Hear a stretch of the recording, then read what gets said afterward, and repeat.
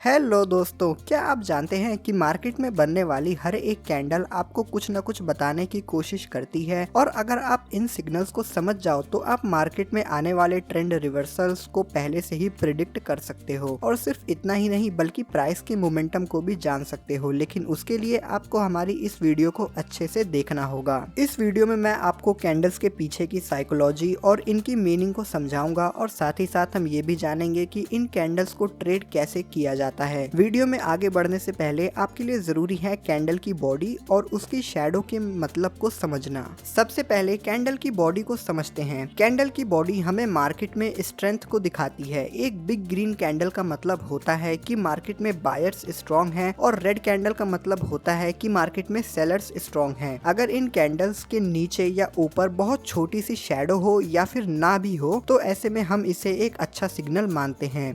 Candle की अपर shadow का मतलब होता है कि मार्केट में बायर्स प्राइस को ऊपर ले जाने में इंटरेस्टेड हैं, लेकिन सेलिंग के प्रेशर के कारण वे असफल रहे। अपर शैडो जितनी बड़ी होगी मार्केट में सेलिंग का प्रेशर उतना ही ज्यादा होगा। अब हम समझते हैं कि लोअर शैडो का मतलब क्या होता है। इसका मतलब होता है कि मार्केट में सेलर्स प्राइस को नीचे ले जाने में इंटरेस्टेड हैं, लेकिन बाइंग के प्रेशर के कारण वे ले जा नहीं पा रहे हैं। लोअर शैडो जितनी बड़ी होगी मार्केट में बाइंग का प्रेशर उतना ही ज्यादा होगा। दोस्तों, कैंडल की क्लोजिंग को समझना भी काफी जरूरी होता है। अगर आप कभी भी ऐसी कैंडल देखें जिसकी लोअर शैडो बड़ी हो लेकिन क्लोजिंग ओपनिंग प्राइस के काफी ऊपर हो तो इसका मतलब है कि बायर्स पूरी तरीके से सेलर्स को ओवरटेक करने में कामयाब हो चुके हैं। लेकिन अगर क्लोजिंग ओपनिंग के करीब ही हो जाए तो इसका मतलब है कि बायर्स ने सेलर्स को ओवरटेक तो कर लिया है लेकिन बहुत ही स्लाइट डिफरेंस से। तो ऐसे में आपको अगली कैंडल का वेट करना चाहिए। वीडियो में आगे मैं आप लोगों को जो कुछ भी बताऊंगा उसका इस्तेमाल आपको हमेशा प्राइस एक्शन, मार्केट सेंटिमेंट और चार्ट के क्रूशियल लेवल्स को ध्यान में रखते हुए ही यूज करना है। तो अब हम समझते हैं कि आखिर कैंडल्स को किस तरीके से ट्रेड किया जाता है। सबसे पहले हम समझते हैं बिग कैंडल्स को। तो मार्केट में जब भी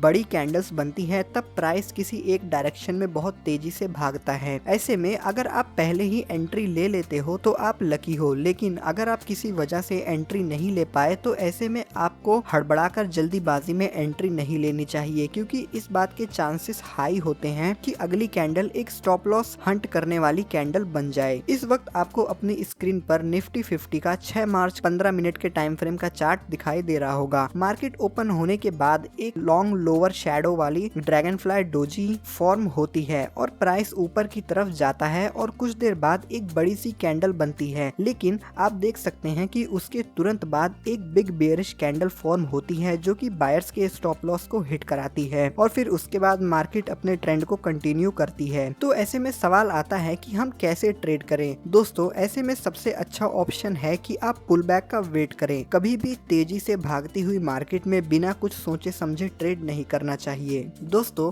इस वक्त आप अपनी स्क्रीन पर निफ्टी 50 का 18 मार्च का चार्ट देख सकते हैं। इसमें आप देख सकते हैं कि मार्केट ओपन होने के साथ ऊपर की तरफ जाती है और एक बिग बुलिश कैंडल की फॉर्मेशन करती है। अब सपोज अगर आप यहाँ पर होते और किसी वजह से एंट्री नहीं ले पाते तो फिर आपके लिए सबसे अच्छा ऑप्शन ये होता है कि आप उस बिग कैंडल के एटलीस्ट 50% के लेवल तक प्राइस के आने का वेट करें। और आप देख सकते हैं कि मार्केट ने 12:30 बजे की कैंडल पे उसी कैंडल के 50% लेवल को टच किया है और फिर उसके बाद मार्केट ने अपने मेन ट्रेंड को कंटिन्यू रखा है। और आप इसी चीज का बिल्कुल सेम एग्जांपल 17 मार्च के चार्ट में भी देख सकते हैं। इस दिन मार्केट सुबह एक बड़ी सी कैंडल बनाती है और सारा दिन प्राइस उसी कैंडल की बॉडी के अंडर ट्रेड करता है और मार्केट ने यहाँ पर 2 बार एंट्री करने का मौका दिया है। हालांकि मार्केट में इंट्राडे में तो कोई भी मूव नहीं आया है, लेकिन अगले दिन एक बड़ी गैप अप ओपनिंग होने के साथ मार्केट ने बायर्स को प्रॉफिट दिया है। दोस्तों, बिग कैंडल्स को ट्रेड करने का एक और तरीका होता है। अगर आपसे कभी एंट्री छूट जाए तो ऐसे में आप प्राइस के एक्यूमुलेशन फेज में भी एंट्री ले सकते हैं। इस वक्त आपको अपनी स्क्रीन पर निफ्टी 50 का 5 मार्च का